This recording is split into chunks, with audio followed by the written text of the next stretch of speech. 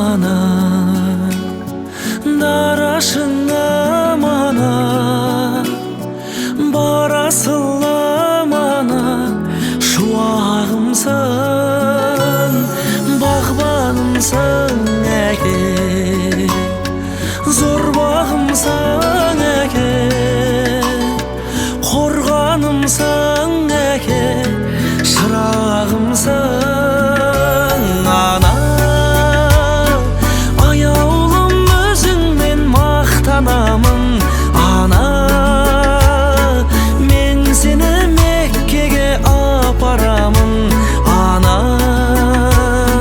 баланың қолдаған бақталабын бұлағымсың әке, бір жылы сөзіңе шаттанамын әке, мен сені Меккеге апарамын әке, биікке самғайды баптағаның шынарымсың әке.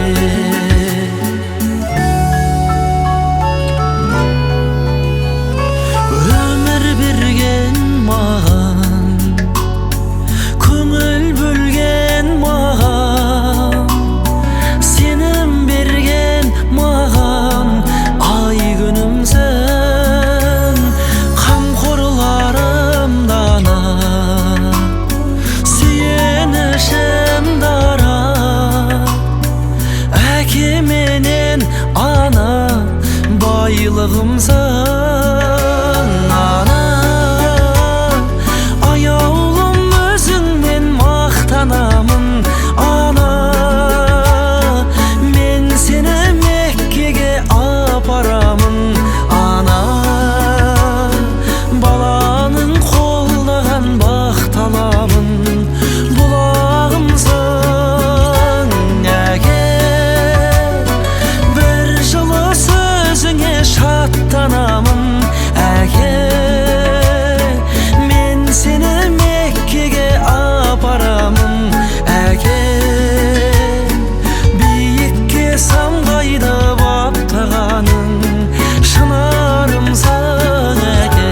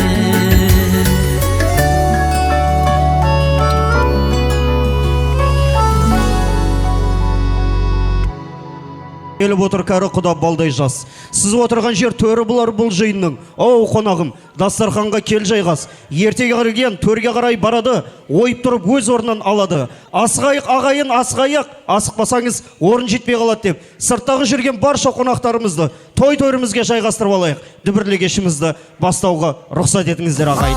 Той-той қаласын, той құтты болсын.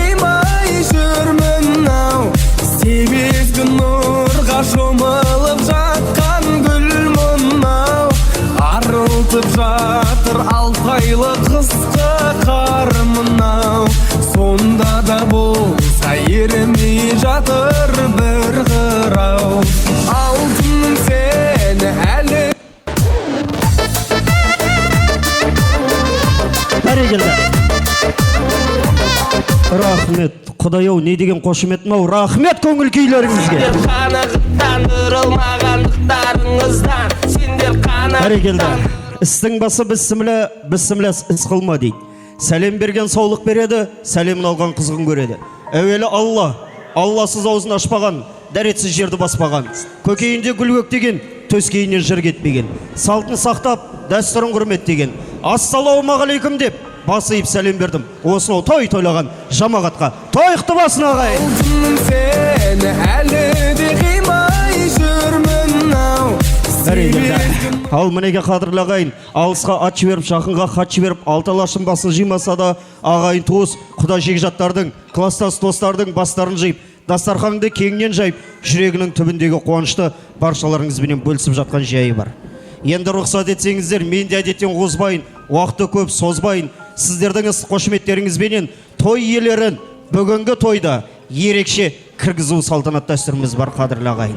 Олай болатын болса, сонау Қазақстанға әйгілі Қызылордадан келіп жатқан өзі ақын, өзі сазгер Нұржан Шөмекей балаларыңыздың ән шашуыменен той иелерін ортаға қарсы алайық, тамсанайық. Тойықты болсағай.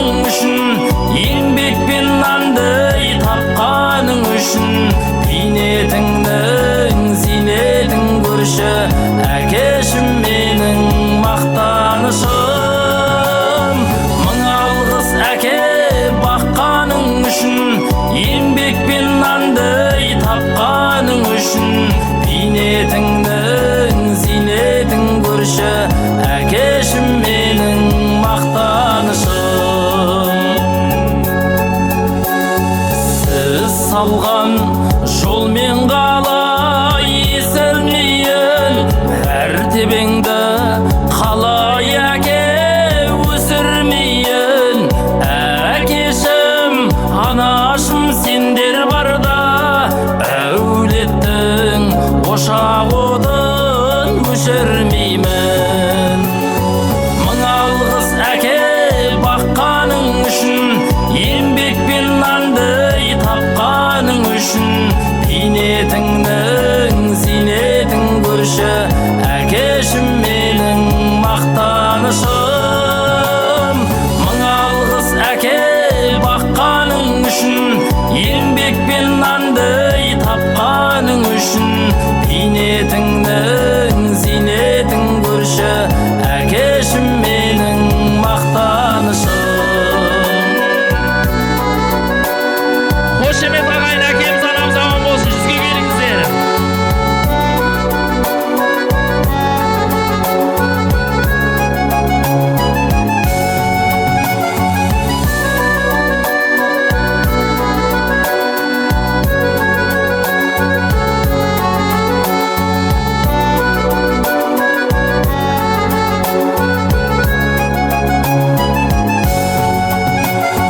Мың алғыс әке баққаның үшін, еңбекпен нанды тапқаның үшін, бейнетіңнің зейнетін көрші, әкешім менің мақтанышым.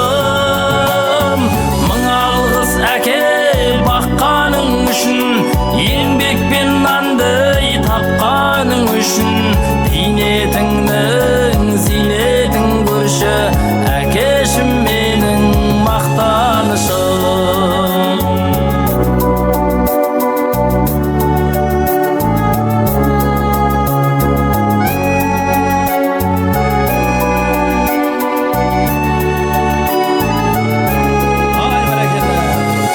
Рахмет. Әкелеріміз, ақжаулықта аналарымыз аман болсын дейді. Нұржан Шөмекей балаларыңызға бір қатыра қошемет соғып қояйық, қадірлі ағайын.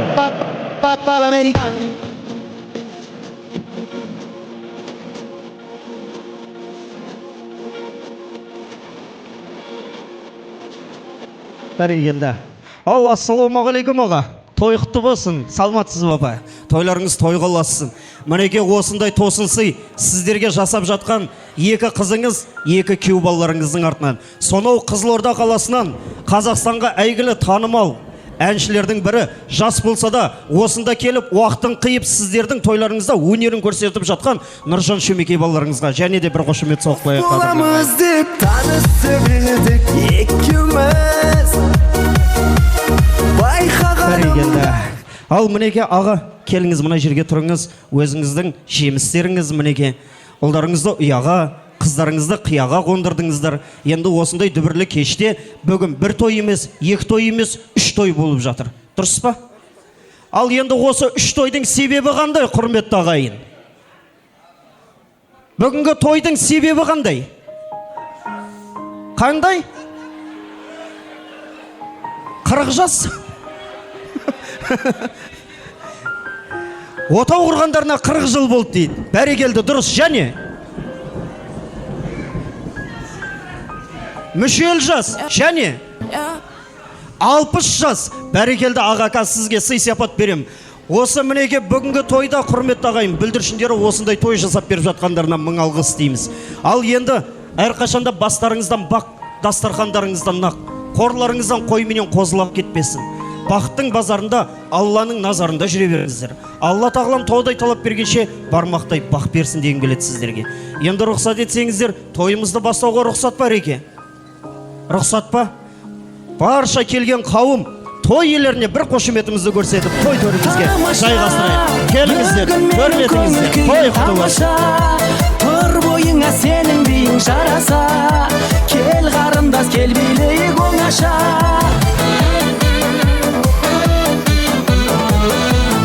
Бәрекелді.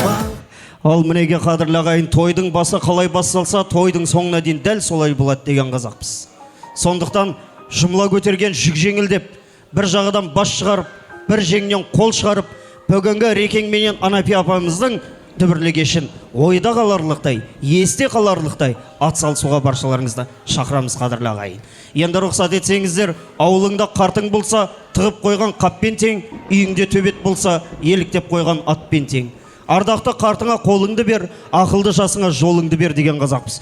Осы әулеттің үлкендері Рахат ағамызбенен Берекебай ағамызды Ақтілектің алаңына шақыртып, ақ дастарханымызды аштыртып, бүгінгі тойдың томағасын сыпырып берсін дейміз. Келіңіздер ортаға, билеп кәнеге.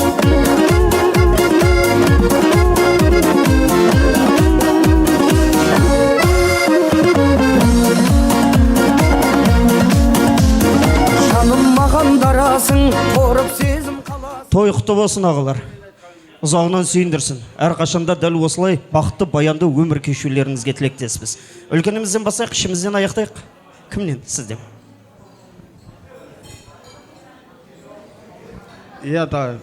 Осы тойға жиналған қауым баршаңызды бір азғандай ғана тыныштық. Мынау мен інім, бауырым 61 жас және мүшел тойға, келінім Анапи 60 жасқа тойып, және қосылғандарына 40 жыл болып жатыр. Менің барша осы тойын сіздердің арқаңызда осы тойдың барлығын жақсы өткеріп, мен ашып берсем, сіздер жақсы өткеруге атсалыссаңыздар, тойға ұласын. Мен тілегімді кейінгісін есімде айтарым.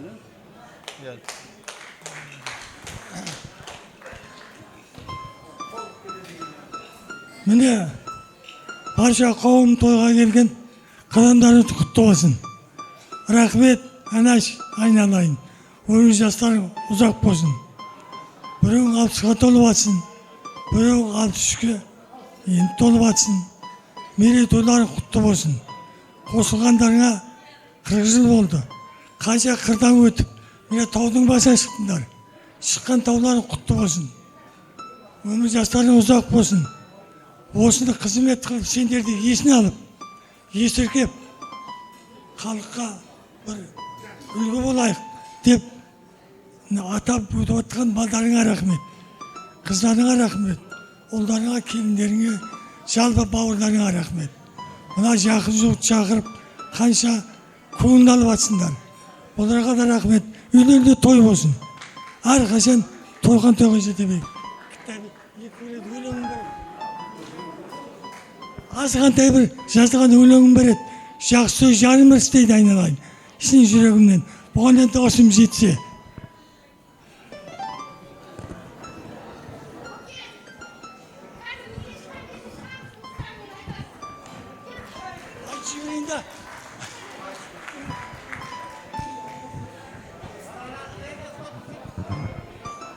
Қандасым Арафия мен күйеу балам Рахметтің мерейтойына оң болсын тілектерін армандаған армансыз өтпейді ғой жанды адам.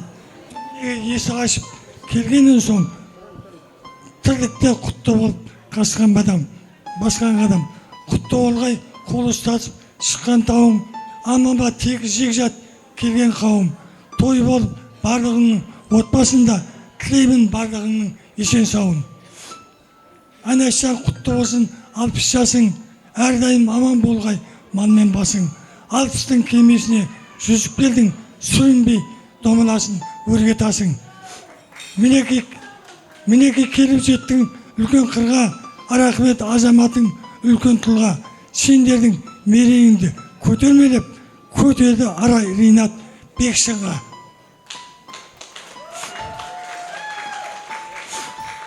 Және де Пері Гүлзат балапаның, оларға ыстық мәңгі алақаның. Әлдилеп түнгі ұйқысын неше бұзған, ұмытты анашыңның алақанын.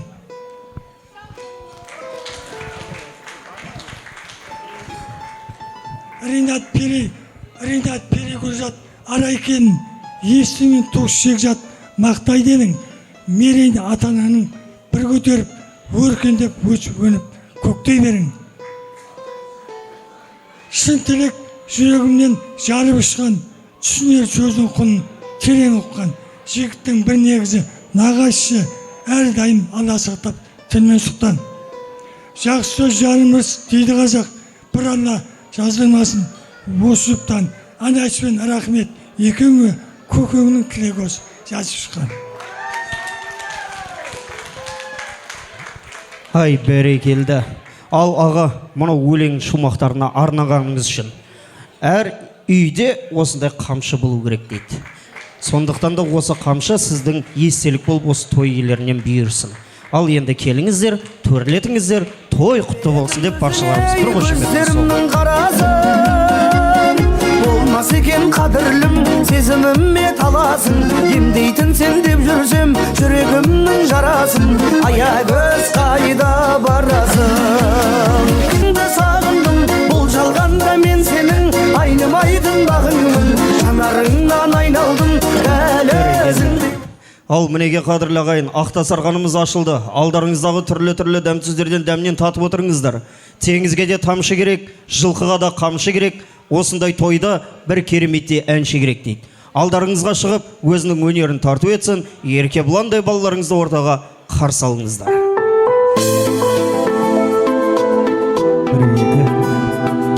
Ассалаумағалейкум баршаға, тойларыңыз құтты болсын.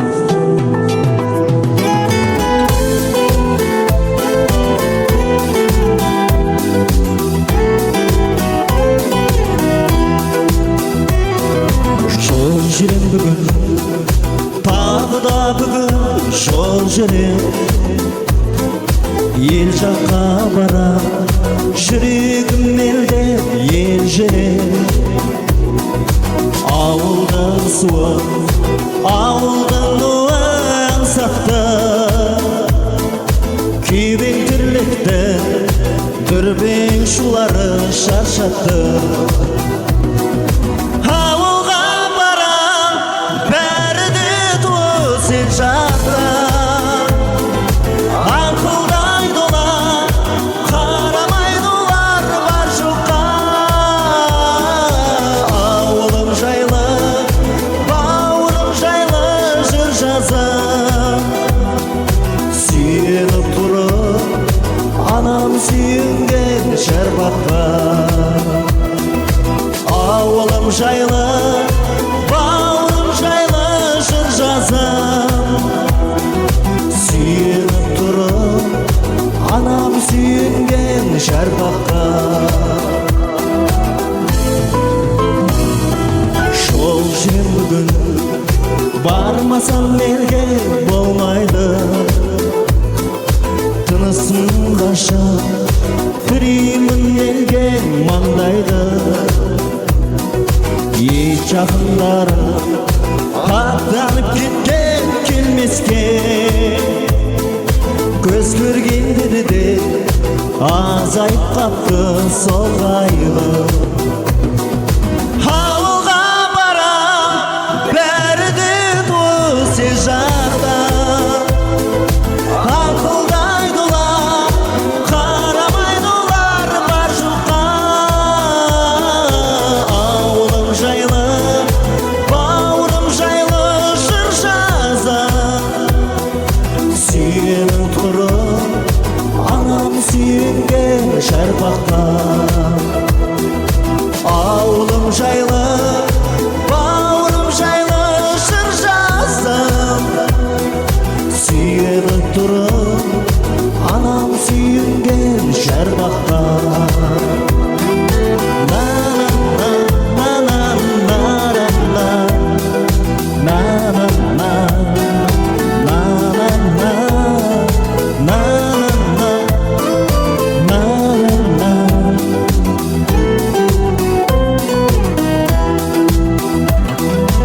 ауылға барам бәрі де төсе жақта аңқылдайды олар қарамайды олар бар жоққа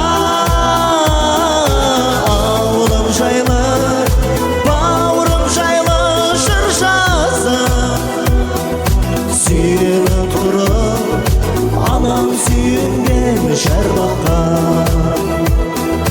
ауылым жайлы бауырым жайлы жыр жазам сүйеніп тұрып анам сүйенген шарбаққа Айтып қоймаңыз. Сізге де мынандай сый сияпат берейінші қамшы. Ортаға шығып билегеніңіз үшін мың алғыс сізге де. Ай бәрекелді. Ал мінеге құрметті ағайын.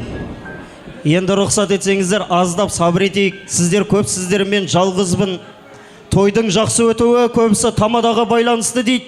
Мен онымен келіспеймін қадірлі ағайын. 70% бізге байланысты болса, 30% сіздерге байланысты. Біз дегеніміз әдеп, сіз дегеніміз көмек. Біз сіздесіп отырайық, арақатынасымыз жақсы болсын. Халықсың ау әр нәрсеге қабілетті, жинайтұғын неше түрлі мәліметті. Оны да айтпасам да болады, қол соғыңыздарша қабілетті.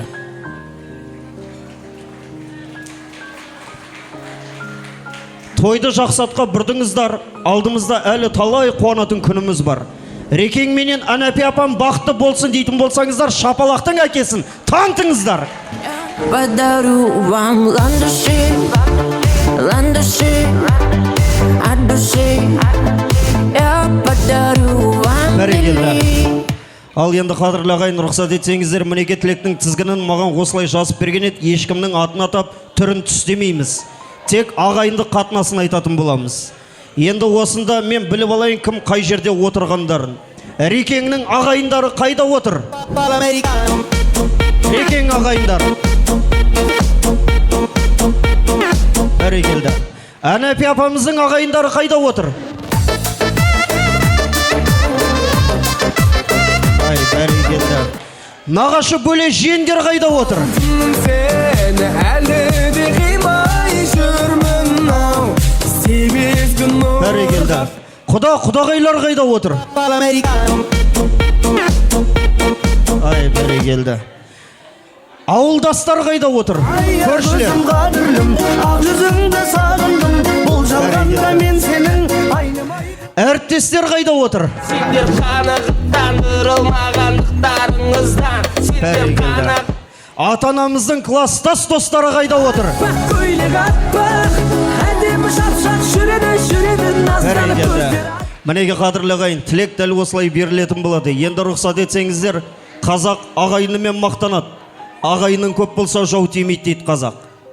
Ағайының тату болса ат көп болады, апсындарың тату болса ас көп болады деп жатамыз. Енді рұқсат етсеңіздер, Ақтілектің алаңына Рахметти ағамыздың ағайын туыстарын ортаға қарсы алайық, тамсанайық. Билеп келіңіздер.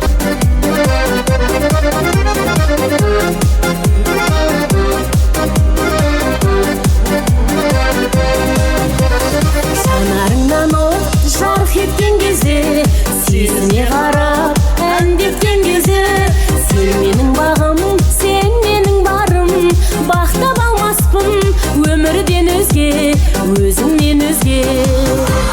Ақтаңым менің, тәттәнім менің, көңілімдегі бақта гүлдедің, өзіме ғана жарасып туған әппағым менің, әппағым менің.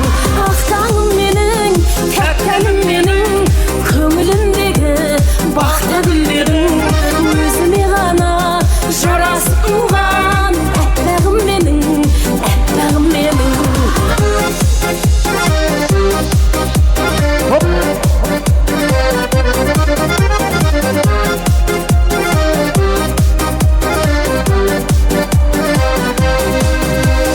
Қуаныш керне бойымды шіркін, табалдың жаны. Ой, бұл қазір билейсіздер апалар, қазір би береміз арнайлап. Келіңіздер ағайындар қауымы. Қош келдіңіздер ағайындар қауымы.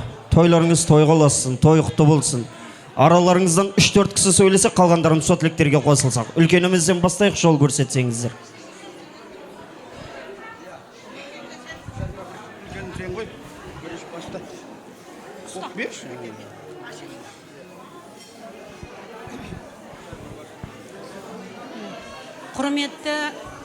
Құрметті қонақтар, ұзақтан жақыннан келген ағайын туыстар, құда-құдағайлар, бүгінгі той барлықтарыңызға құтты болсын. Менің Рахмет жаным мен Әнеш жанымның мерей тойы құтты болсын. Дені сау болсын, өмірі ұзақ болсын. Өсіріп отырған балдарының қызығын көрсін, немере шөберелі болсын. Әрқашан үйлерінен береке кетпесін. Осы жерде отырған ағайын туыстар, құда жекжаттар, сіздердің үйлеріңізде де осындай тойлар көп болсын. Еліміз тыныш, халқымыз аман болсын.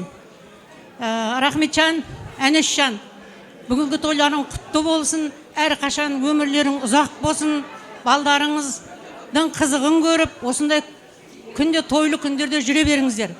Жастарыңыз жас қосылсын. 100 жас тойларыңызды тойлайық. Аман болыңыздар. Денсаулық тілеймін. Отбасыларыңа амандық, өздеріңе денсаулық тілеймін. Сол.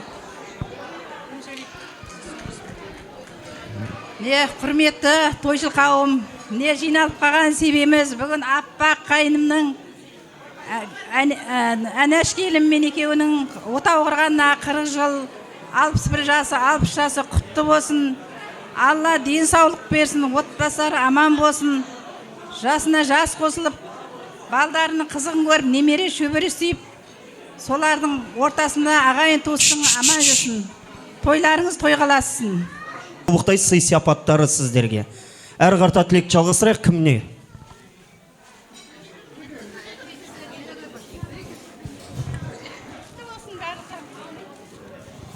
Құрметті қалайық, бүгінгі осы жиынға жиналып осқан себебіміз Зікірия ағам мен Мәрия жеңгемнен қалған ұл қыздарының Рахметжанның, Әнешжанның 40 шаңырақ көтергені 40 жыл болғанына, мүшелі жасына Рахметжанның, Әнештің 60 жасына құтты болсын, бауырларына құтты болсын айтам. Айналайындар, өмірде бақытты, дәулетті болыңдар. Рахмет, үлкен ақсақалды ата бол, ақжауықты әже бол, немере шөберелеріңді ертіп жүре беріңдер. Біздер осы үйге ен тумамыз, бәріміз осы. Бір жұмыстан келгенде бәрінің бетінен сүйіп өтетін едік. Енді біздің жас кездегі балалық шағымызды есімізге түсіп тұрғандарыңа, осы той істегендеріңе мыңда бір рахмет. Тойларың тойға ұласа берсін айналаңдар. Әр отбасыларында шаңырақтарының іші гүл жайнап, өсіп, өне беріп, өркіндеп, бай батша бола барыңдар. мейірім шапақатты болыңдар, жүректеріңде иман болсын жандарым, табиғатымыз аман болып, осындай күнде отбасыларың той бола берсін жандарым. Жасымыз Реке, тойың құтты болсын. Анаш, бір минут қара. Әрқашан сіздің үйде қуаныш береке болсын. Дегендеріңіз көп. Мына кісілер, үлкен кісілер айтып отыр ғой. Бақытты болыңыздар. Дегеніңіз жетсе, көбейіңіздер, көргеніңіздер. Әрқашан осы үйде береке болсын. Не дейміз? Немерлерді ерте беріңіздер, шөберлерді шерте беріңіздер. Бақытты болыңыз, тойымыз тойға ұласа берсін. Қайырлы кеш, тойыш қауым. Міне бүгінгі керемет тойдың куәсі болып отырмыз. Міне бүгін Ескендеровтердің Зікірия ағамның шаңырағында міне рахмет 61-ге мүшел жастан шығып атыр. Әнәш 60-қа толып атыр. Мерей тойын құтты болсын жаным. Және де шаңырақ көтергендеріне 40 жыл толып мінекей өсіп өніп өздерінің жеткен шыңдарын көрсетіп жатыр. Осылар үйленіп 40 жыл бұрын осылар үйленіп той жасағанда мен солардың свидетельница дейді, қазір дружка дейсіздер ма? Дружкасы болғанмын мен.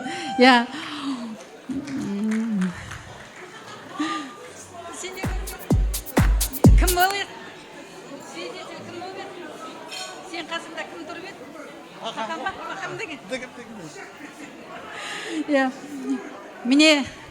Мінекей бүгінгі мерекелеріңіз құтты болсын. Дендеріңіз сау болсын, Реке. Міне, қазір Алланың тарту кеткен әрбір күні осы шаңыраққа жақсылығымен келсін, мерекесімен келсін, берекесімен келсін. Әр жылы сені қуантырып, құшағыңа нұр, құшағыңа гүл, жүрегіңе нұр сеуіп, жететін осы туған күнің әрдайым жақсылығымен, осы балаларыңның жақсылығымен бола берсін. Отбасыларыңа тек жақсылық тіледім. Міне осы сөзді айтпай кетуге болмас. Бүгінгі мына балдарыңның ұйымдастырып, мына шығу выходына ұйымдастырып, сондай жаңағы ұйымдастырып, соның бәрін ойластырып жүрген мына балдарыңа мен шын жүректен рахметімді айтпақшымын. Айналайындар, бақытты болыңдар, сендердің тек жақсылықтарыңа келек. Мінекей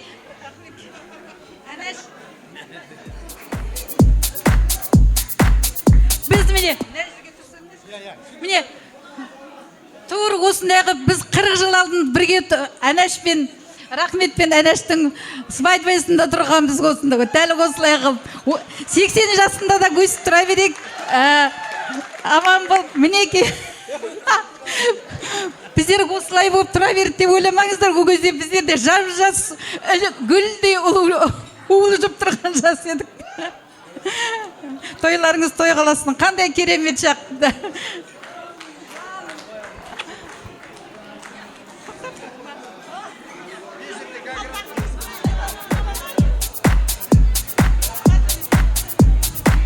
Айтылған ақ тілек, ақ баталарыңыз қабыл болсын, ағайын туыстар.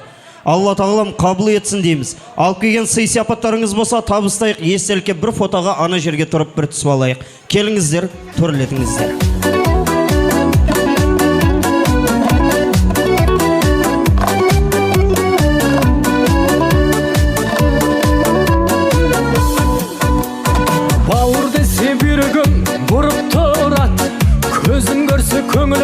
Жылып тұрат, ей ағайын сана болса сыйласайық, ала болса арамыз суытынат. Байлықпенен дүние қонық тұрат, байқамасаң одан көп бүлік шығар. Қу тірлікке құмартып қол боп кетсең, бірге туған бауырды ұмыттырат. Туысқандар, алыс кетіп араны суытпаңдар. Туысқандар, жақын жүріп жақынды ұмытпаңдар. Туысқандар, жылтыраған жалғанғы қызықпаңдар. Жаурағанда жанымды жылытқандар.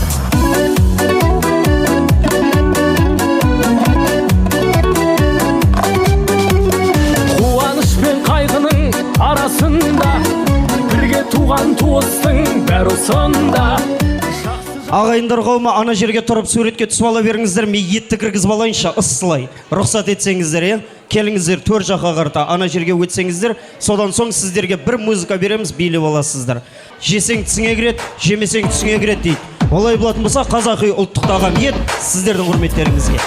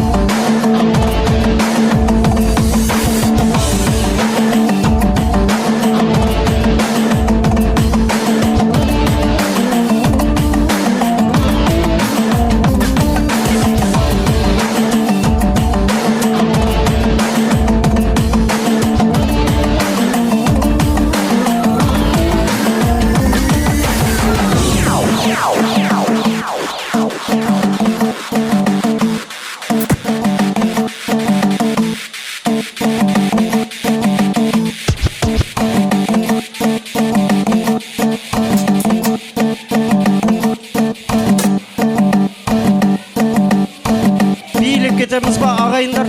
Бір музыка сіздердің құрметтеріңізге кеттік ал. Жанға жақын тек оның бағасында, бұл сыйластық әке мен анасында, бөтендік жоқ әйтпесе баласында. Осы ағай өкпелетіп туысқандар, алыс кетіп барады суытпаңдар. Туысқандар, туысқандар, жақын жүріп жақынды ұмытпаңдар.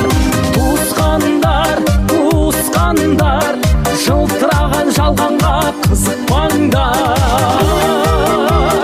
Жаурағанда жанымды жылытқандар.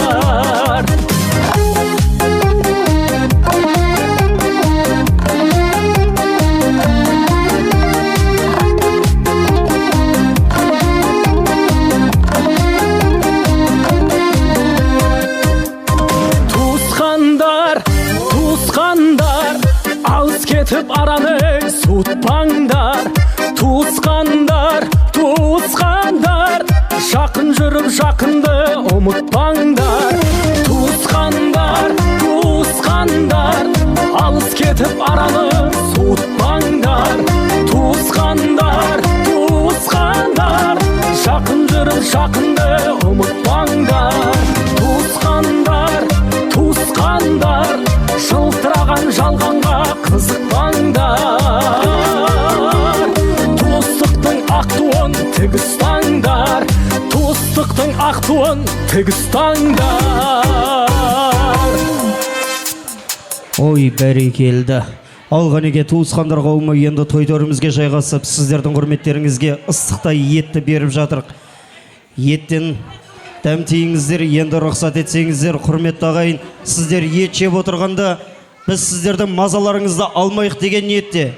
Сонау Рахмет ағамыздың екі қызы, екі күйеу баласы, сонау Қызылордадан, өзі ақын, өзі сазгер болса да, жас болса да, осында келіп әнін шырқап жатса да, енді сіздерге арнау айтып бермекші.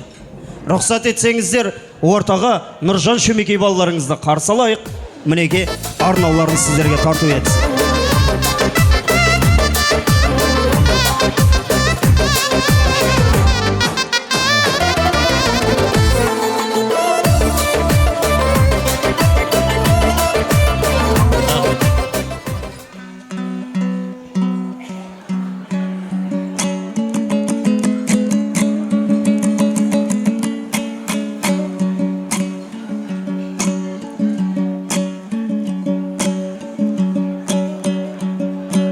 Қостанайға келдім мен де талаппенен, ағайын қолдасаңдар қанат керем. Рахмет аға 61-ге толған кезде ағайын бір шапалақ соғат деген. Жырлайын жырламаған деп жатқанда, той болғанда ақындар тек жатқан ба? Мен неге ойдан өлең шығармаймын, анамыз 60 жасқа өгеп жатқанда. Осы жерде Шөмекейлер аттандап қой, Бұл Нұржанның аузында қақпан жоқ қой. Рахметті әкемізді құрметтейміз, 61-ге күнде келіп жатқан жоқ қой. Көңілді домбыраға бұрыңыздар, бұрсаңыздар арналатын жырымыз бар. Аналар 60 жасқа келіп жатса, аямай шын қошемет ұрыңыздар. Рахметке қол соқпаған сұлулардың жігіттері басқа қызға барсын деймін. Анапияға қол соқпаған жігіттердің қыздары байға кетіп қалсын деймін. Рахметке қол соқпаған жеңгелерді ағалар шапалақпен салсын деймін. Анапияға қол соқпаған әжелердің шалдары бір-бір тоқал алсын деймін.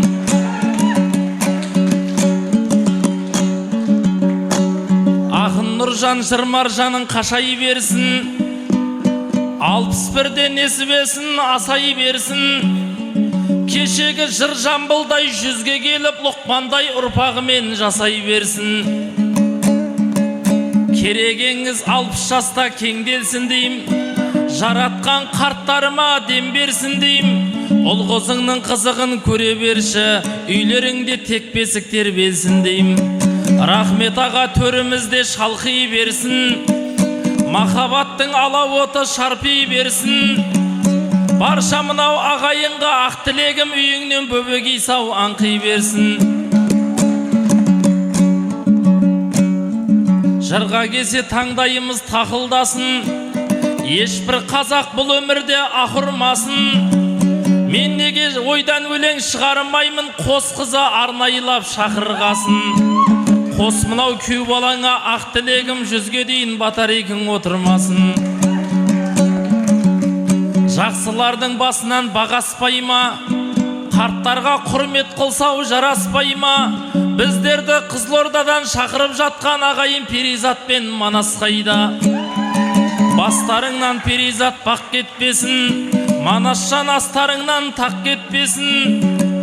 Ал енді Гүлзат пенен Бейбіт те бар, оларда өлеңімнен қап кетпесін. Тоқтамастан ақ тілекті жаудырамын, руднейім қошеметін қатты еткесін.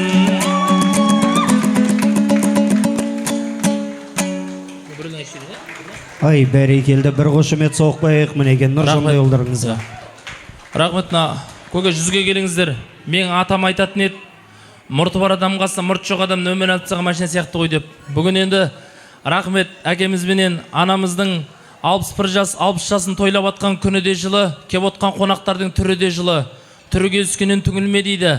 Бір аузы қисық ағам айтқан екен, аузымның қисықтығына ырза болдым деп. Неге десе айтты, бір келіншектің бетінен сүйінді ат, ерінен сүйіп алдым деп. Мен де енді бүгін ырзамын. Өмірде қадамдарыңыз сәтті болсын. Рахмет әкеміздің басы бақты болсын. Шаңырақтары шатты болсын, ошақтары өшпейтін отты болсын. Бүгінгі үш қуанышыңыз құтты болсын. Ұлысты болсын, ырысты болсын, жетпегендерге той жұғысты болсын. Рахмет аға, биікке сайлана бер. Құдай қалап немереңді айнала бер. Жасыңыз 120-ға келген кезде шөпшегінің боғына тайғана бөлдек қояқшы ағайын. Анамыз басына орамал таққан екен, ұл мен қызы тәрбиелеп баққан екен. Анапия анамыз аман болсын, аналарды өлелгенше мақтап өтем. Ақ жаулықты ананы көрген кезде осылай өлең жырмен тоқтап өтем. Аналарды өлеңге қосқан кезде рудный бір шапалақ соққан екен деп қояқ. Мына бұрында өлең бар еді, анасы бар адамдар қартаймайды деген. Бұл өзгердігі. Баласы жақсы адам қартаймайды. Ешкімнің алдына барып жантаймайды. Біздің ауылда өлең шықты, әжесі бар адамдар карт ойнайды деген. Болмасын ағайынның ерегесі, кең болсын шөмекейлердің керегесі, осы Қостанайдың төрінде шауып жүрсін. Рахмет әкеміздің шөбересі дейміз. Шөбере шөпшек сүйіңіз, Алла қаласа. Енді мен осы кісілердің замандағы бір әнді орындап берейін. Өмір деген. Өмір. Сіздер жас шақты бір еске алайық. Бұрын палаткадегі тойды еске алып бір әдемілеп билеуге болады. Рахмет. Аға, рахмет аға, анамызбен билеуге болады. Біздің ауылда бәрі вальске шығып жатса, бір әжем айтты, кімнің кіммен жүретін біліп алдым деп. Билеңіздер енді. Ал кет. Жас шақты еске алайық. Әкелеріміз, аналарымыз аман болсын ағайын. 100-ге келіңіздер.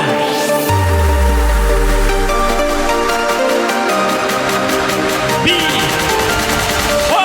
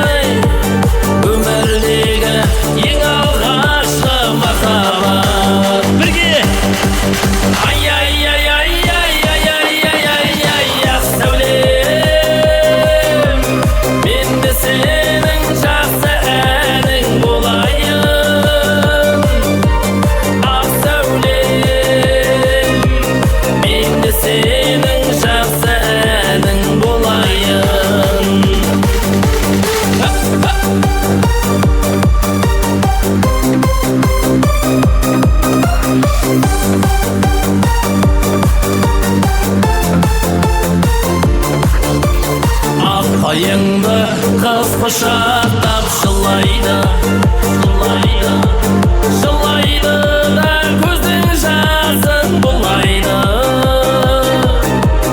18-ге жаңа толған жасару, енді кімнен өз бақытын сұрайды. 18-ге жаңа толған жасару, енді кімнен өз бақытын сұрайды. Бірге! Ай-яй-яй-яй-яй-яй-яй-яй-яй, сәулем, мен де сенің жақсы әлің болайын. Ақ сәулем, мен де сенің жақсы әлің болайын.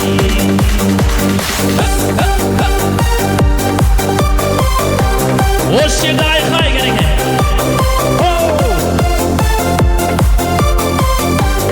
Рахмет ағай, 100-ге келіңіз, Алла қаласа.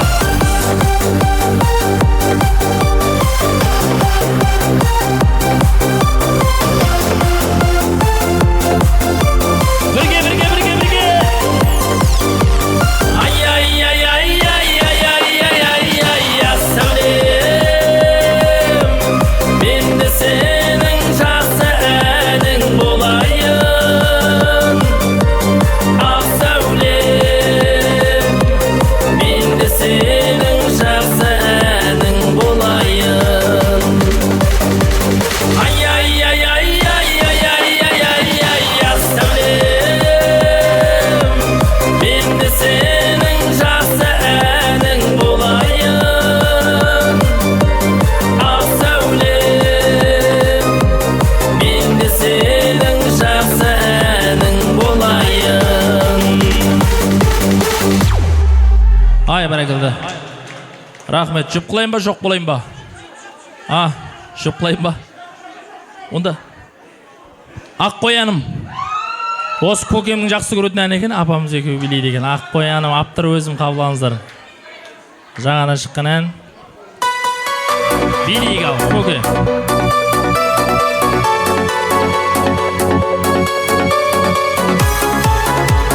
Той сағай ортаға түгел.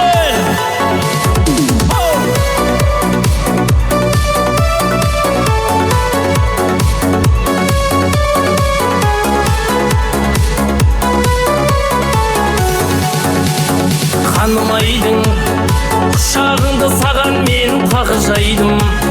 Жас жүрекке сен әкеп берген мынау, қадір деген төреген алмаймын қарабағым. Жүрегіңді келмейді жаралағым, бақыт деген мекенді мәңгілікке қол ұстасып менімен аралағын. Ақ қояным, осылай деп өзіңе ат қоямын. Есіміңді ерке қыз ерекше етіп, жүрегімнің төріне сап қоямын. Ортаға.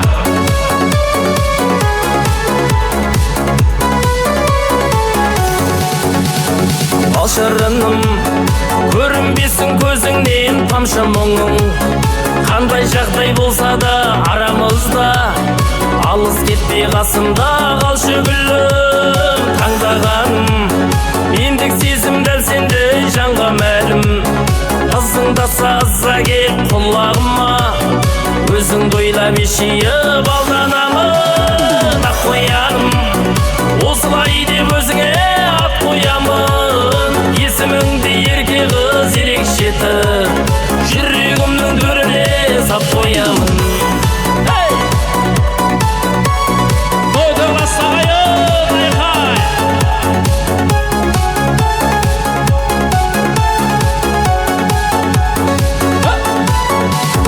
Шап керек.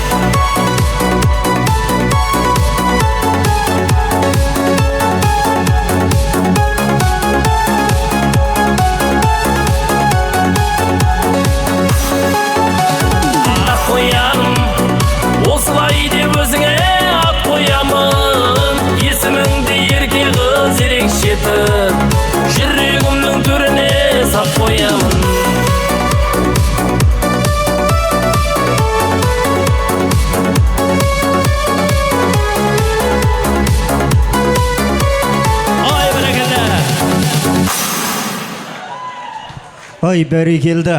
Шағын ғана билеп алсақ та, енді құрметті ағайын, той төрімізге жайғасайық, дөбеттен озбайық, уақытымыз созбайық. Келіңіздер, төрлетіңіздер, қадірлі ағайын. Бәрекелді. Ал мінеге қадірлі ағайын, ағайындар қауымы ақ тілегін айтқан еді, енді рұқсат етсеңіздер, осында Әнәпи апамыздың ағайын туысқандары отырып бауырлары. Сол кісілердің де бір ақ тілек, пәк тілектерін бір тыңдап өтсек. Әнәпи апамыздың ағайын туыс бауырлары ортаға билеп келсеңіздер кәнекей.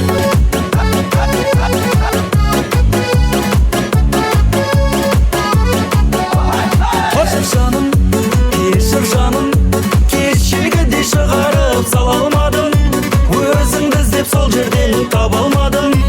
Өмір бойы бақытты болуыңды мен қаладым. Қара көзің, әлі есімде сүйемін деп айтқан сөзің. Кінәң әлісің бәріне енді өзің. Шын көрдіңде жаным ау жұрттың айтқан жалған сөзін.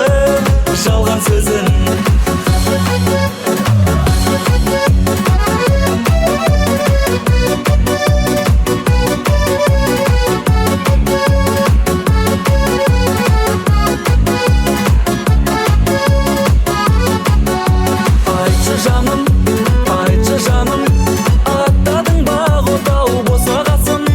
Өткен ойлап көңілің босамасын. Жат тойлардан жаным ау арылайық. Арың жансын. Айналайын, аттадың бақ отау босағасын. Өткен ойлап көңілің босамасын. Өмір бойы бақытты болуыңды мен қаладым. Ой, бәрекелді. Не деген бейші.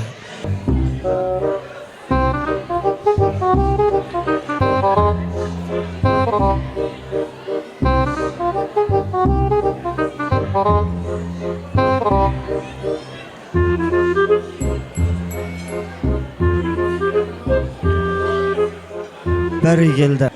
Сондықтан аздап сабыр етейік, ортаға шыққандарды құрметтейік, тілектерін қабыл алайық. Қош келдіңіздер ағайындар, бауырлар қауымы. Тойларыңыз тойға ұлассын, той құтты болсын. Араларыңыздан 4-5 кісі сөйлесе, қалғандарым сол тілектерге қосылсақ. Үлкенімізден бастайық. Кәне, рахмет Анаш. Жаңада біраз сөйледім. Вот, Алла сол тілегімізді қабыл етсін. Тойың құтты болсын, талаптарың оң болсын. Осыған қосымша болып, атсалысқан ағайындарыңа, індеріңе, туыстарыңа, балдарыңа рахмет. Тойың тойғыласын. Және де 90-ға дейін жасап, немере шөбелерінің ортасында ойнап көп жүре беріңдер. Ал мінеки бүгін құрметті тойға жиналған қауым, ағайын, жекжат, құда, анда жие, нағашы, барымыз осы. Мына жиналып жатқан себебіміз біздің Анафия менен рахметтің біреуі 61, біреуі 60-қа толып, мынау отасқандарына 40 жыл болған, неки үлгілі семья болып келген, мен қарындасым мен күйеуі болам. Осының тойлары құтты болсын. Осы тойға ортақтасып келіп жатырмызға қуанып. Тойлары құтты болсын. Осы өмір жастары ұзақ болсын. Осы әулетті әйтеуір жалғастырып, осы әулеттің мына үлкені жаңа балдарының қызығын көрсін, ізінен немере, шөбере, шөпшек ере берсін. Барлығының отбасыларында осындай жақсы қуаныш той болсын. Осындай семья болып, ізінен балдары да жетіле берсін.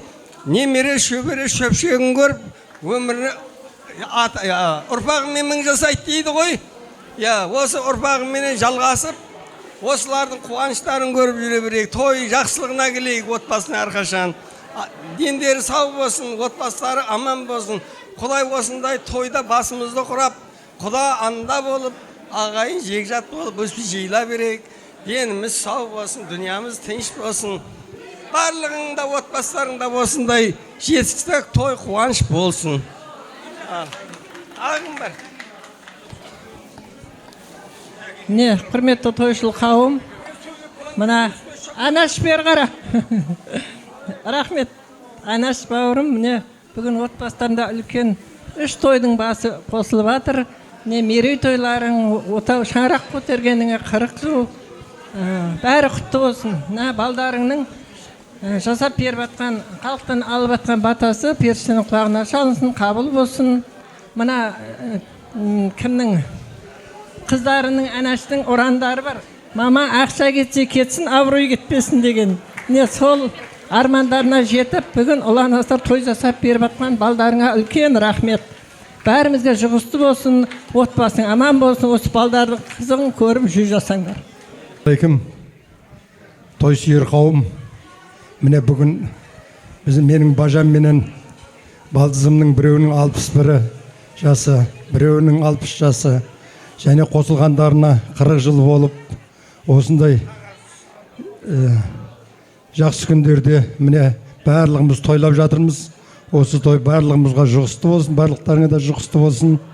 Міне бажамның балдарына, қыздарына, күйеу балдарына барлығына көп рахмет айтам. Осындай бәріңде, осы ата-аналарыңдай 60-қа жетіп, сендердің де балдарың, сендердің тойларың тойлап бере берсін. Аман болыңдар. Міне 60-тан, Анаш 60-та, бажам 61-де, 61-ден 60-тан асып, 70-ке жетіп, 80-ден секіріп, 90-ға тоқтамай, 100-ге шыққан. Бала, жоқ, мен көп деймін. Жақсы, рахмет міне.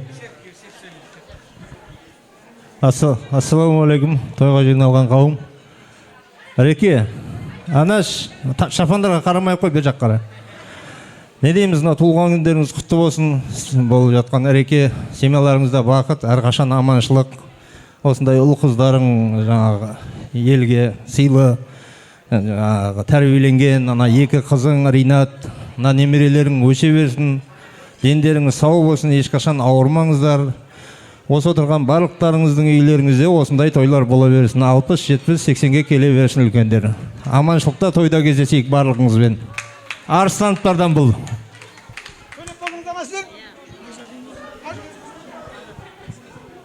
Мінеки құрметті қауым, мінеки әнәпия, рахмет, айналайын. Туылған күндерің құтты болсын. Өмір жастарың ұзақ болып, осы балдарыңның қызығын көре бер. Осы отырған ағайын туыс, бәрінің үйінде де той томалақ бола берсін. Ассалаумағалейкум, мәртелер мен мырзалар мен ханымдар, тойға қош келдіңіздер. Бүгінгі тойымына аппақ анашым мен аппақ рахметімнің біреуінің 61 жас, біреуінің 60 жасына қош келдіңіздер. Реке 61 жасыңыз құтты болсын, Анаш 60 жасың құтты болсын. Қосылғандарыңызға 40 жыл болып жатыр, ол да құтты бола берсін. Мына Ринат пен келінге, Пери менен Гүлзатқа, күйеу балдарға рахмет. Осындай қылып жарқыратып той беріп жатқан балдарыңызға рахмет. Өмір жастарың ұзақ болсын, барлықтарың үйде той болсын, жақсылық, ауызбіршілікті, аманшылық болып, тойдан тойға кездесіп жүре берейік. Тойларың құтты болсын. Сонау Арақат аға, тойларыңыз құтты болсын. Аумин. Айтылған ақ тілек, ақ баталарыңыз қабыл болсын. Алып келген сый сипаттарыңыз болса табыстайық, ортада бір билік бедей кеттік алмайсың.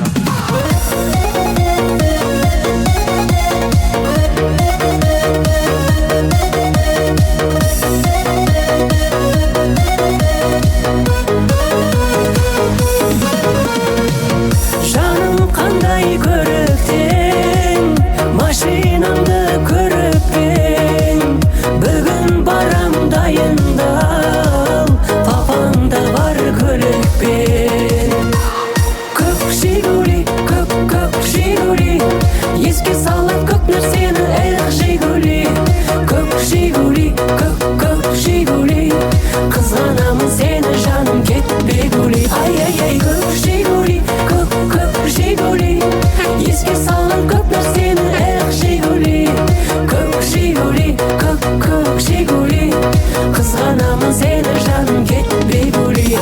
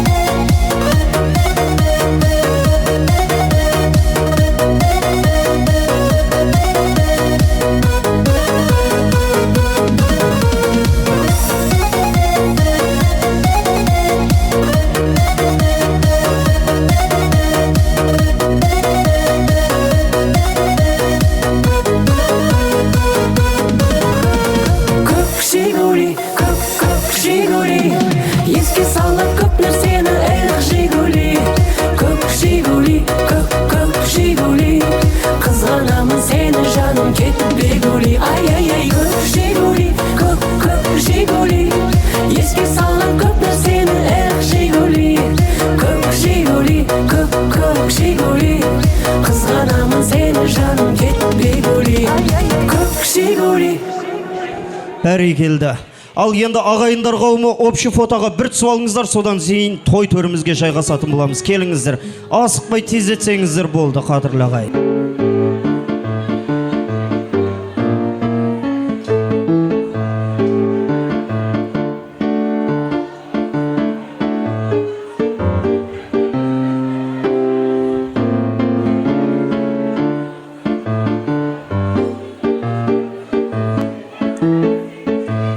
Ал қараңыздар ағайындар қауымы. 1, 2, 3 дегенде суретке түсіп алыңыздар. Сіздер той төрімізге жайғасайық. Жаңа ғана билеп алдыңыз ғой апа.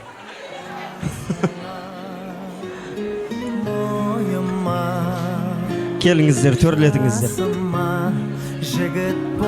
Әпе апамыздың тойына жалғыз осында әншілерді емес, бейшілерді емес, және де осы Рудный қаласының беделді бейшілерінің бірінің қатарына жататын шоу-балет Данелияның да қыздарын жалдаған екен. Қабыл алыңыздар. Мың бір алған бейшілеріміз ортада.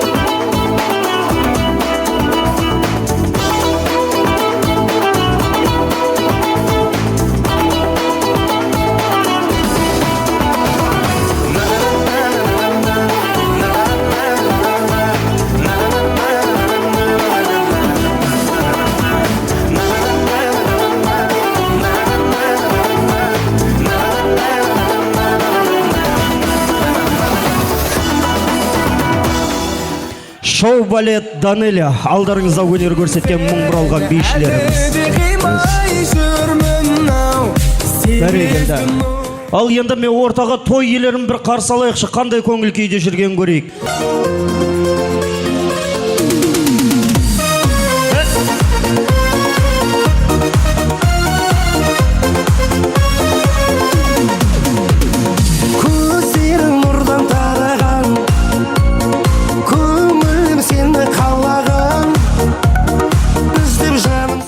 Қажыбек Төлеген қайда? Қажыбек Төлеген қайда? Төлеген білмеймін дейді, тобыл. Төлеген келе жатыр. Бір қошемет соғайық, қадірлі ағайын.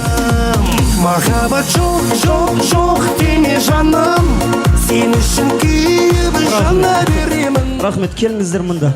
Ортаға келіңіздер. Ой, еба, апа сумканы тастаңыз, керек емес қазір. Көңіл күй қалай, Ереке? Өте жақсы, өте жақсы. Анапи апа, көңіл күй қалай? Күшті. Енді қай жақ таңдайсыз? Оң жақ, сол жақ, Ереке? Қай жақты таңдайсыз? Оң жақ таңдайсыз ба, сол жақ таңдайсыз ба? Қай жақ? Сол жақ, е? Сол жақ. Мына жақтан бастап, ана төрдегі солға дейін сіздің группа поддержкаңыз болады. Келіңіз мына жаққа. Анапи апа, мына жақтан бастап төрдегі столға дейін сіздің группа поддержкаңыз. Қай жақтың группа поддержкасы мықты болса, үйде бірінші жеңет деген сөз. Қай жақтікі әлсіз болса, сол екінші жеңет деген сөз. Реке, дайынсыз ба? 40 жыл енді бұлай ұстап келдіңіз ғой, көрейік. Қандай екен? Көңіл күйіңізді көрсет. Рекенің группа поддержкасы қайда? Рахмет. Ұнады ма? Болады. Болады дейді. Анапи апамның группа поддержкасын қара қазір. Анапи апамның группа поддержкасы қайда?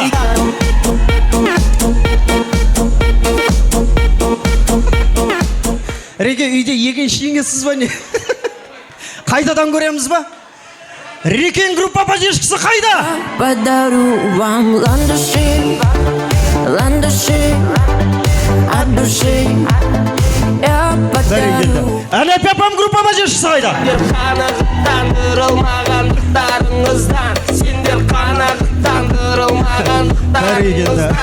Реке, бұл жерде жай ғана қалжың.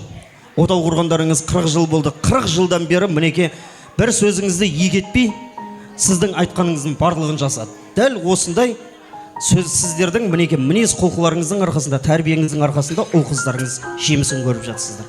Әрқашанда дәл солай бола берсін. Елге қаратқан беттеріңізді жерге қаратпай өсіп өне берсін дейміз. Ал енді қазір группа поддержкалар арасында жарыс болады. Сіз солардың главный актері боласыз. Қазір ақылағамыз келіп отыр күй сандықта. Әуеннің басын бастайды, қайырмасына келгенде бір үйдің баласындай, бір үйдің саласындай мықты орындау керек. Кім мықты орындайды, сол кісіге сый-сапаттарды таратамыз. Келсіз қоға. Дайынсыз ба, сіз дирижировать етіп жүресіз. Кет, бірінші әуен Рахмет ағамыз жаққа. Кеттік ағам.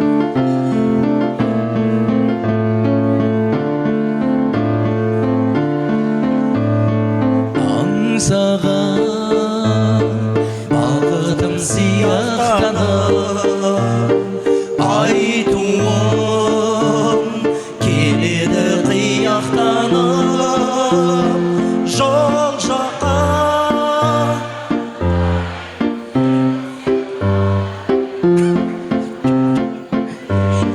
Келем деп мен тұрмын елеңдеумен, жол жаққа қарайым, сен жоқсың арайлым, кешікпей келем деп мен тұрмын елеңдеумен. Молодцы! Бәрекелді. Ал, Анапи апа, дайынсыз ба? Ал, сізді дирижировать етіп жүресіз, көрейік. Екінші әуен, Анапи апамыз. Кеттік ал. Анапи апа, дирижировать етіңіз. Ортаға шығып. Ойында арыстым, өзіңмен таныстым, жайнаған гүлдей құрбым сен, жағада тұрдың сен. Жаз еді.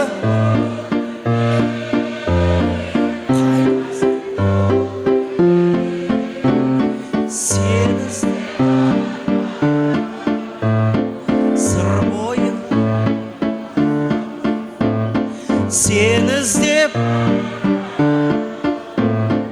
сыр бойын. Ой, бәрекелді, керемет. Ағаларыма, апаларыма өте ырзамын мына столдағы. Ақжаулықта аналарыма да ырзамын төрдегі отырған. Енді рұқсат етсеңіздер, мінеке Осында Ақжаулықта анамызға сый сияпат табыстайықшы. Апа, мынау сізге.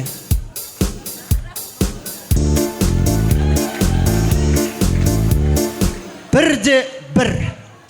Қазір мына жаққа енді біз, аға, дайындай тұрыңыз, группа поддержкілеріңіз. Апам қайда кетті? Әнәпе апа. Әнәпе апа. Ай, келіңіз. Ой. Бір әуен орындады болды деп жатсыз ба? Бір әуен емес, 3 әуен бар. Екінші әуен сіздің группа поддержкілеріңізге. Кеттік ал, көрейік. Жаңағындай дирижировать етіп жүресіз. Жібер, маэстро.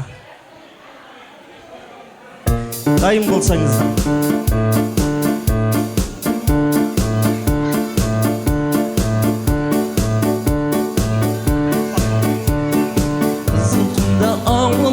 Қызбыз бала сауығым, әзілдесіп ойнамай басылмайды бауығым. Шыра жігіт құмарай, қыздар мойнын бұрадай, сезіп қалса шешесі сар еткізіп бұрадай. Кекілі кесе боз бала шашымайда, іздемеген жігітке қыздар қайда. Оймаға уыз көрдім көз құралай қаз, ау шіркін ай осындайда. Қызыл құмда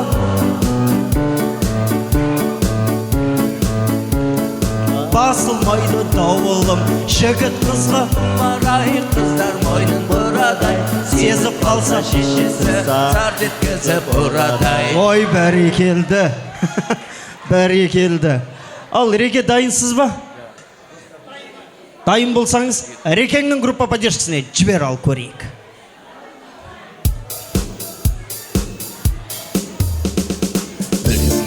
Бір көткізген жалындаған жас шағым, талай қызық бір көткізген қайдасыңдар достарым. Достар, жүрсің қайда біргеді еске алысып кел шырқайық қайдадан. Достар, жүрсің қайда біргеді ғой жанымыз, еске алысып осындайда кел шырқайық бәріміз. Ой, бәрекелді. Мына жақта апаларымыздың группа поддержкілеріне берейік енді, орындарынан тұрып, кереметтей әндерін шырқап, баршаларына. Мына жерде апа, мынау сізге айқайлап тұрып өлең айтқаның үшін. Мына столдардан да енді апаларымызға берейік, біреуіңізге. Және бір әуен болсын, жұмла көтерген жүк жеңілдеп, екі жақта қосылып бір әуен шырқап берсек. Дайынсыздар ма?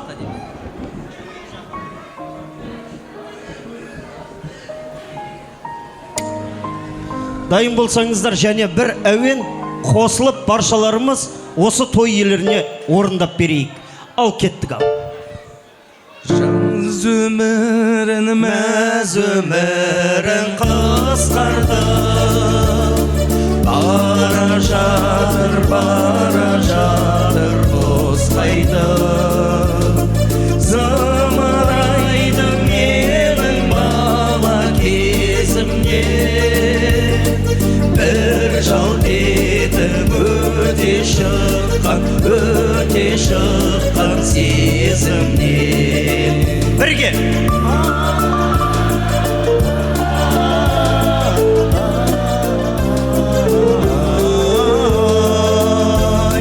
Бір жалт етіп өте шыққан сезімнен. Құстар сызылтып ән салады, сол әнімен тербетеді даланы. Алладандар күліп баста өмірде, кетерінде жылайды алмай қалады. Бірге.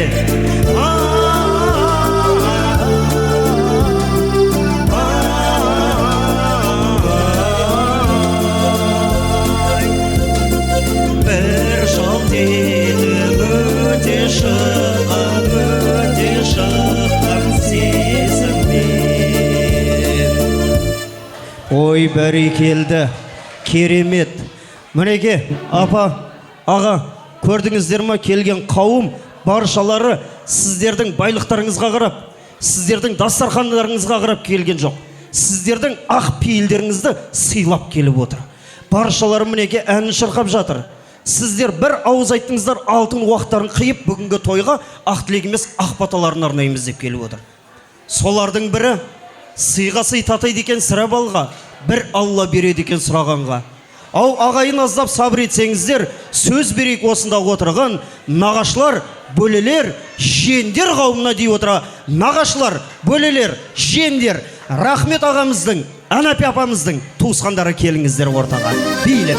Жиендерді сүйенетін тауы сенсең нағашы, сендер барда жүректерге бұл көнбейді нағашы, сендер келіп жиендердің қуануын қарашы. Жан жүректен бақыт тілеп ақ тілекті арнадым, жиендердің қуанышын жақсы биге жалғадым, жиендердің қуанышын жақсы биге жалғадым. Жиендерді қолдаудан еш нағашылар талмады, таусылмайтын сарқылмайтын мейірімімді арнадым, таусылмайтын сарқылмайтын мейірімдісің нағашы.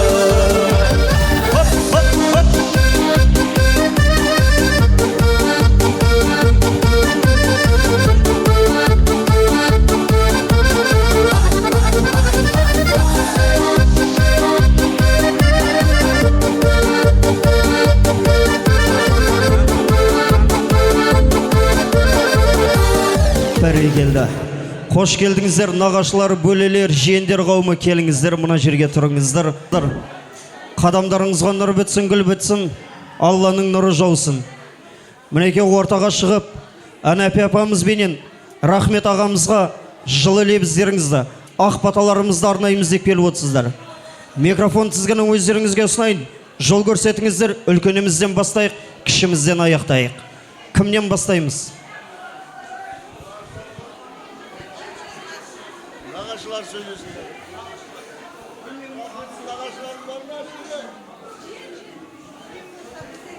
Ассалаумағалейкум, құрметті ағайын, туыс, құда жекжат. Міне бүгін біздің нағашымыз Искендеровтердің үйінде үлкен той. Рахметініміз, Анаш келініміздің юбилейі, қосылғандарына 40 жыл болып жатыр екен. Тойларыңыз той қыласын. Осы алдарымызда аман есен немерелерді ертіп, шөберені шертіп жүре беріңіздер. Мен жаңа көп сөздің адам емеспін. Осы тойларыңызға біздер келуден шаршамайық, қызмет қылудан шаршамайық. Рахмет бәріңізге.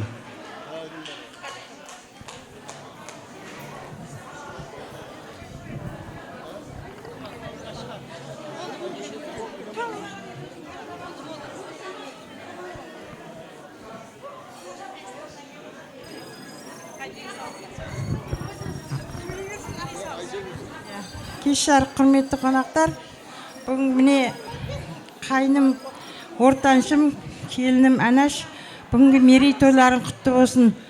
Осы нағашыларымыздың ауылына ылғи тек той деп келейік. Сіздер де біздің Өзбекстан ауылына той деп барыңыздар. Тойларыңыз той қыласын, өсіріп атқан ұл қыздарыңыздың қызығын көріп жүре беріңіздер. Мына Анаш келін болып түскенде бет жаңа шарқатын өзім жапқан келінім еді. Мінекей ізімнен ерген, не десем болады, не десем де жарасат толқып тұрмын. Тойларың той қыласын.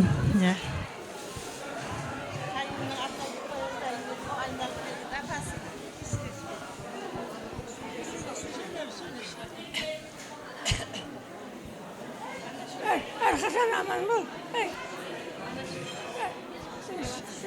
Жақсы. Балдарыңыз тойлан ұласы берсін.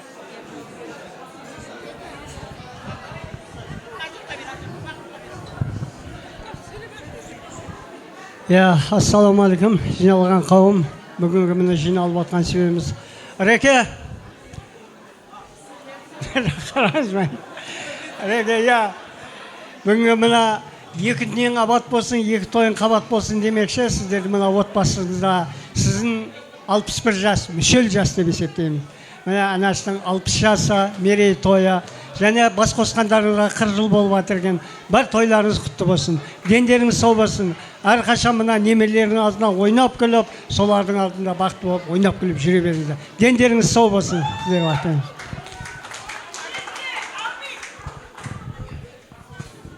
Құрметті көпшіл қауым, бүгінгі тойдың себепкері менің күйеу балам Рахметтің 61 мүшелі жас екен, Әнәштің 60 жас екен.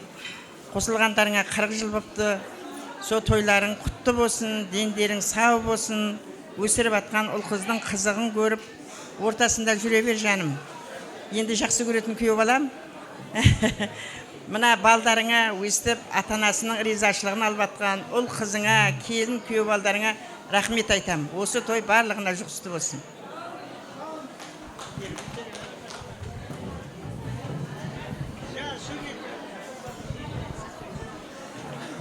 Құрметті қонақтар, бүгін міне белгілі мына Әнәш бөлемен Рахмет жездемнің біреуін 60 жасы, біреуін 61 жастары құтты болсын. Мүшел жасыңда құтты болсын. Барлық жақсылықтарды тілеймін. Осындай әдемі болып жүре беріңдер, қартаймаңдар. Дендерің сау болсын, немерелерін ертіп шөбереге жетіп, Алла тағалам берген жасын жасай беріңдер. Бақытты болыңдар.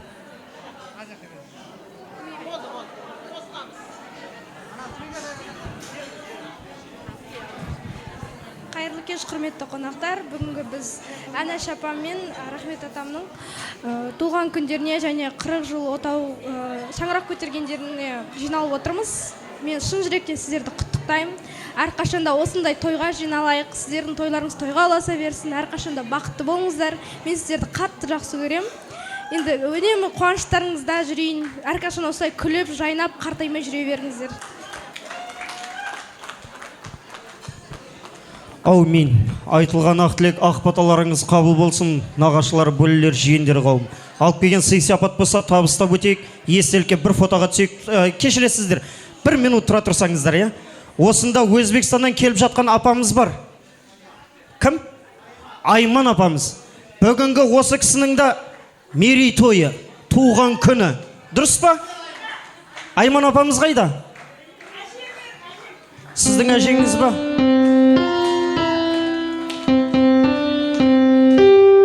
Көре алмағандар шапалақ соқпайды. Бәрекелді.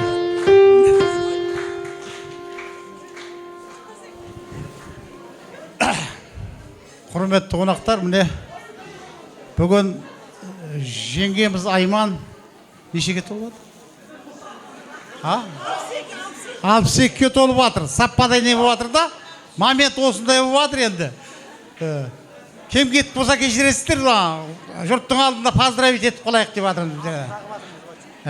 Алтындағы жатыр балдар.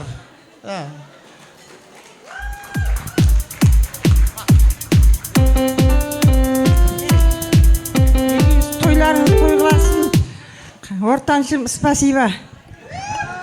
Неке, менің міне сонау Өзбекстаннан біздің тойымызға деп арнап, қайнаған мен апсыным кеп отыр. Қадамдарыңызға нұр жаусын, дендеріңіз сау болып, әрқашан ойыстып, біздің қуанышымызға ортақ болып, келіп тұра беріңіздер.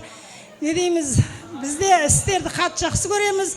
Барсақ алдымыздан жүгіріп, барлық қызметтерімізді жасап, өткенде біздер атамның басына зиярат қуға бардық. Сол кезде қайнағама дейін шелекпен су тасып, титан қайнатып, апсыны бауырсағына дейін қуырып, құрамлық бар қызметіміз жасап жатыр. Рахмет, сіздерге көп рахмет. Туылған күніңіз құтты болсын, апа. Деніңіз сау болсын, ешқашан ауырмаңыз. Қайнағамен бірге барлық балдарыңыздың, немере шөберелеріңіздің қызықтарын көріп, жарқырап, жайнап жүре беріңіздер. Алла разы болсын сіздерге, қадамдарыңызға нұр жаусын, бізді өстіп сыйлап кеп жатқандарыңызға.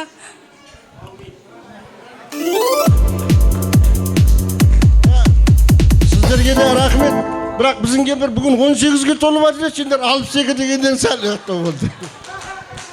Бәрекелді. Ал нағашылар, бөлелер, жиендер қауымы, той иелерін құттықтауға рұқсат, общий фотоға түсіп алыңыздар. Той құтты болсын баршаларыңызға.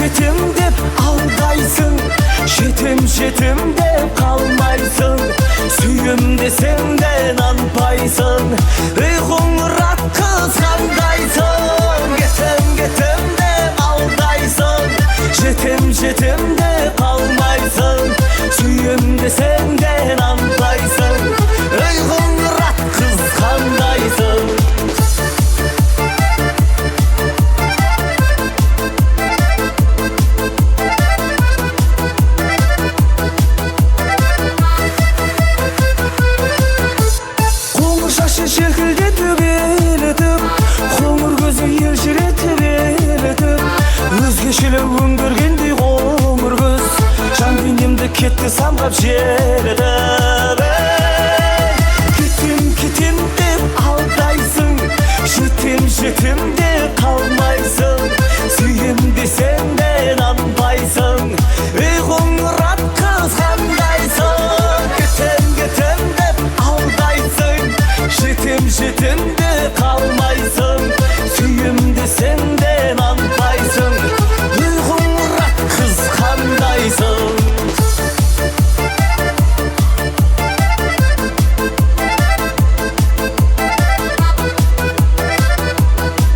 Бәрекелді. Ал нағашылар, бөлелер, жиендер қауымы, келіңіздер, общий фотоға түсіп алыңыздар. Сіздердің құрметтеріңізге осынау Қызылордадан келіп жатқан Нұржан Шөмекей ұлдарыңыз ән шырқап берсін. Той құтты болсын. Ринат ағамыз қайда? Ринат ағамызға қол соғып қояқшы. Осы Рахмет ағамыздың ұлы. Келіншегі қайда? Ринаттың жары қайда? Қол соғып қойыңыздар. Негіз мына Рахмет әкеміз бақытты әке, анамыз бақытты ана деп есептейміз. Келіннің өзі қайнатасының атын айтпайды. Атаңыздың есімі? Спасибо. Спасибо дейді. Қол соғып қоймаймыз ба? Мына біздің ауылда Қошқар деген қайнағасы кетсе, келін жүгіріп кетті дейді, қойға жыратын қайнаға кетір деп. Бұл кісінде әдемі той болған екен. Ринат ағамыздың атынан нағашылардың құрметіне, жиендердің құрметіне бір әдемі ән салып берейін. Әдемі деген ән билейік ортада. Ал, аптырыскен. Бәріміз ортада билейік ағайын. Той құтты болсын. Асқар әкеміз анам заман болса ағайын ортаға.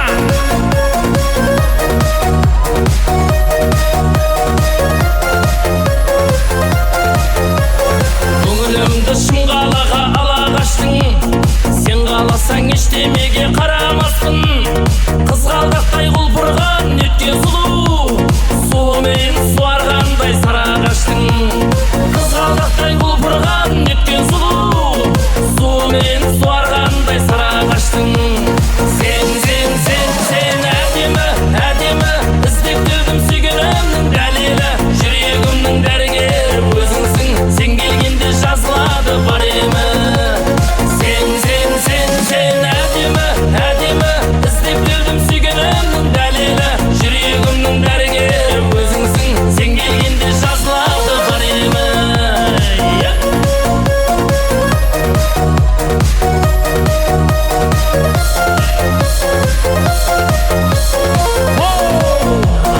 Айқай қайда, шу қайда?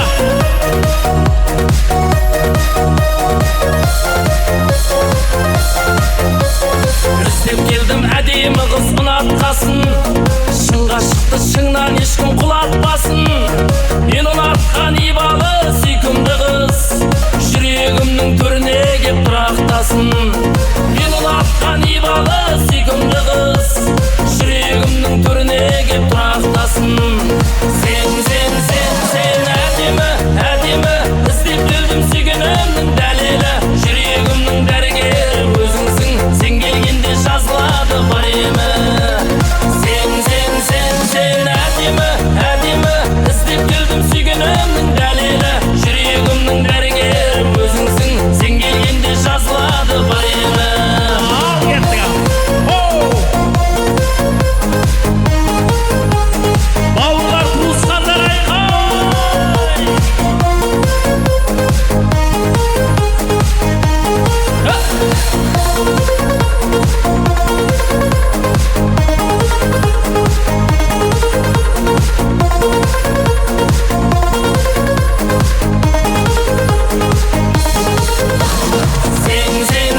Сен әдемі, іздеп келдім сүйгенімнің дәлелі, жүрегімнің дәрігері өзіңсің, сен келгенде жазылады бар емі.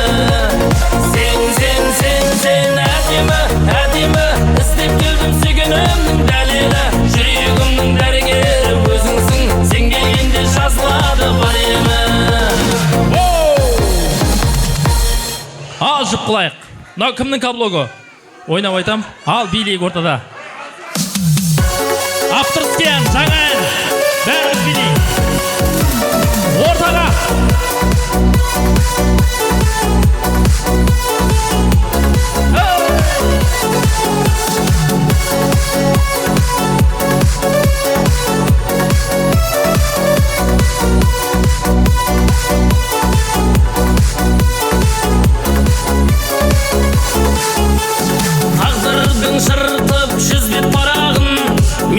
сізді қайдан іздеп табамын, сыр көйлек киген бір қызды көрсем, сіз деп қаламын, сіз деп қаламын.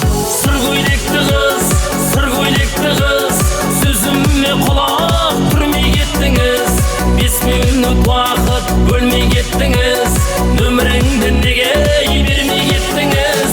Сыр көйлекті қыз, неліктен маған күлмей кеттіңіз, көлігіме де мінбей кеттіңіз, көзіңізге де ермей кеттіңіз.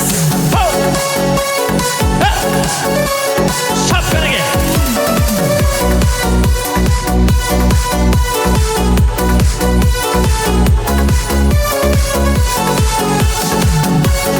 Рахмет ағамыздың бауырлары қайда? Айқай!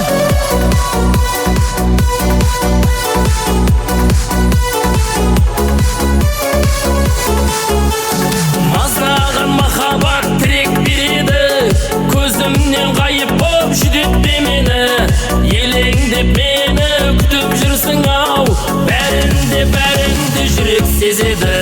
Сыр көйлекті қыз, сөзіме құлақ түрмей кеттіңіз, 5 минут уақыт бөлмей кеттіңіз, нөміріңді неге бермей кеттіңіз. Сыр көйлекті қыз, неліктен маған күлмей кеттіңіз, көлігіме де мінбей кеттіңіз, көзіңізге де ермей кеттіңіз. Осы жерде айқай!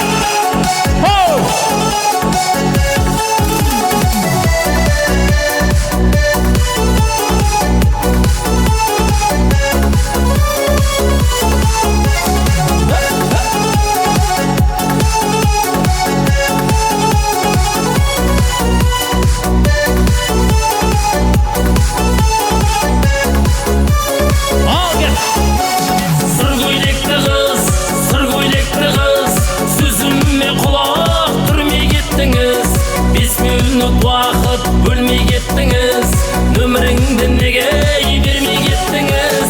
Сыр көйлекті қыз, неліктен маған күлмей кеттіңіз, көлігіме де мінбей кеттіңіз, көзіңізге де ермей кеттіңіз.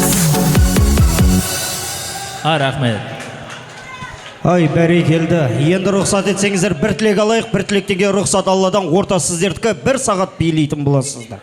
Келіңіздер.